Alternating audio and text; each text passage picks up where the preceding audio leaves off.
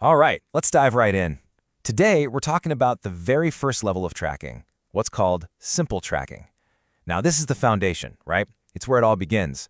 But as you're about to see, there's absolutely nothing simple about it.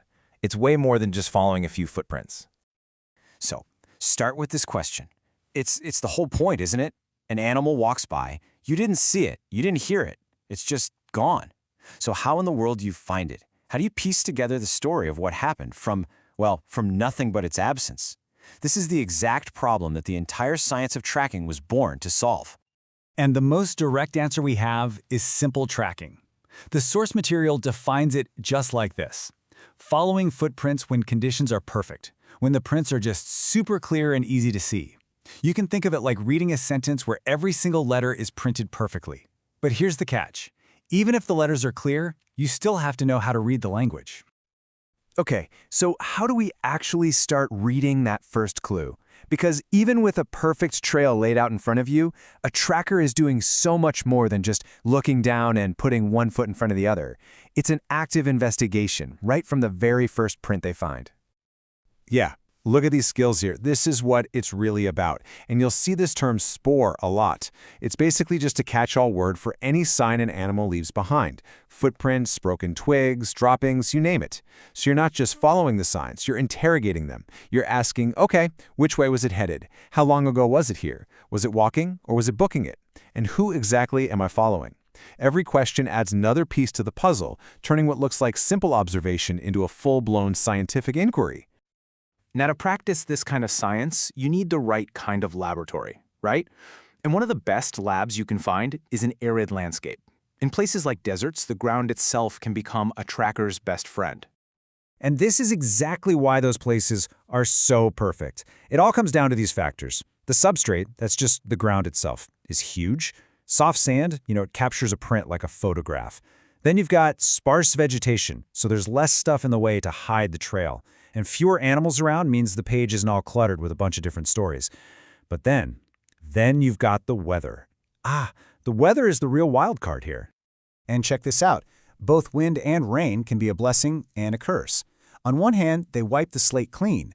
They get rid of all the old, confusing tracks, which is a massive help. But they can also be your worst enemy. The same wind that clears the path for you can literally blow away the very clues you're trying to follow. Rain, on the other hand, makes fresh prints in wet sand pop. They're incredibly clear. The only problem is you don't get a lot of rain in the desert. All right, so we've covered hot and dry. Let's totally flip the script and go to the complete opposite end of the spectrum. From the desert, let's head to the cold, white canvas of snow, the second ideal environment for simple tracking. And the source material is so specific about this, I love it. The perfect condition isn't just any old snowstorm. No, it's a thin, fine layer of snow on top of hard, level ground. That combination, it's like fresh ink on a crisp, white piece of paper.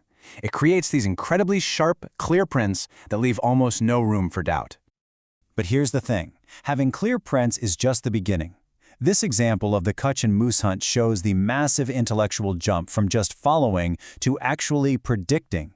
This isn't about mindlessly walking in a line of tracks. It's about knowing the animal's mind, understanding its habits, using the wind to your advantage, and making these brilliant looping maneuvers to cut across the trail, anticipating where the animal is going to be. This isn't connect the dots, folks. This is a high-stakes game of chess. So, I think it's pretty obvious by now, right? Even at this most basic foundational level, tracking is about so much more than meets the eye. It is a deeply intellectual, scientific process of decoding signs to understand a world that's constantly in motion. And this brings us to an idea from the source material that just blew my mind. Tracking isn't some quaint, old-fashioned skill. The author argues that it requires the exact same kind of intellectual firepower as modern physics or mathematics. It's about creating a hypothesis, testing it against the evidence, and using your imagination to picture an unseen world that explains what you can see. A physicist looks at particle tracks in a cloud chamber. A tracker looks at footprints in the sand. At their core, both are reading signs to understand a hidden reality. So, why does all this matter? What's the big takeaway? It's that science didn't just appear out of nowhere in a laboratory. It started with a human being asking a question about a footprint in the dirt. This incredible, ancient skill, it's the intellectual seed from which all of modern science grew. The very same logic that tracks an animal through the sand is the logic that tracks a particle through an accelerator. So I want to leave you with this thought to chew on. If the entire, vast project of science, everything from biology to cosmology, really did begin with the simple act of looking at a mark on the ground and imagining the creature that made it, what does that tell us about the fundamental role and the absolutely mind-blowing power of the human imagination?